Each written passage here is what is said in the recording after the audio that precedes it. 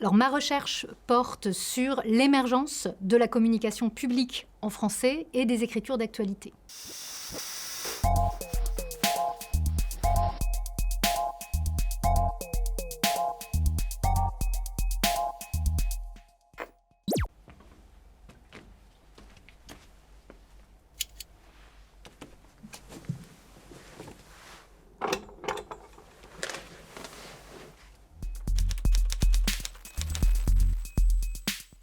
Estelle Doudé, je suis française, donc j'ai eu un parcours de formation en France, à l'École normale supérieure et à la Sorbonne. Et puis ensuite, j'ai travaillé en CNRS et dans différentes universités, tout en faisant entre les deux une carrière internationale avant d'arriver à l'Université de Lausanne et à sa faculté des lettres en 2018. Je dois dire que quand j'ai commencé à construire ce champ de recherche, c'était au tout début du XXIe siècle. Et à ce moment-là, il y avait des questions qui étaient liées à l'émergence de nouvelles technologies de l'information et de la communication, donc le développement d'Internet, les réseaux sociaux, etc.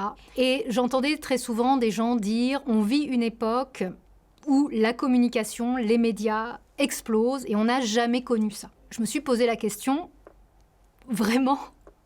On n'a jamais connu ça. Et donc, ça m'a conduit à faire un petit peu une histoire, à remonter il y a 600 ans en arrière, pour essayer de voir si, à un moment dans l'histoire, il y avait eu des périodes où, effectivement, il y avait cette obsession des médias, cette obsession de la communication, ces réseaux sociaux, cette obsession du présent aussi, du temps présent.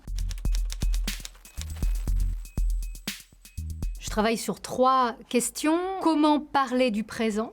Comment penser l'actualité et comment persuader, construire les opinions publiques. Donc je travaille sur l'histoire de la naissance de ces formes de communication. Ce qui est paradoxal dans ma recherche, c'est que cette réflexion, j'essaie de la mener avec une perspective historique en revenant à une époque où on voit émerger ces sociétés de l'hyper-médiatie, comme on dit aujourd'hui, obsédées aussi par le temps présent, de la Grande Peste aux guerres de religion, donc 14e, 15e, 16e siècle. Alors attendez, il faut que je réfléchisse, parce que j'avais plein d'exemples, mais qu'est-ce qui pourrait être le plus frappant ? La première chose qui m'intéresse beaucoup, c'est les technologies de la communication. Ça va de la télévision jusqu'à la réalité virtuelle. Et la télévision, évidemment, c'est quelque chose de très moderne, du XXe siècle, et qui continue encore aujourd'hui.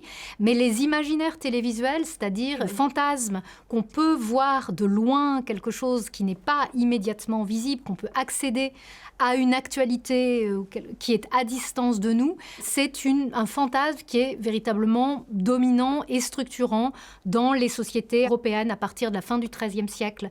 Et une autre manière, c'est de m'intéresser à la question de la pratique de la parole publique. On voit à la fois des connexions, mais aussi des discontinuités avec ce qui s'est passé au moment où l'imprimerie s'est développée, ce renouveau des arts du théâtre, ces arts audiovisuels, etc. Il ne s'agit pas de dire, pour moi, en fait, on n'a rien inventé. Bien sûr qu'on invente des choses et plein de choses. Mais il s'agit de donner une perspective historique qui permet de mesurer les écarts aussi entre ce qui nous sépare d'autrefois et puis ce qui est vraiment nouveau aujourd'hui.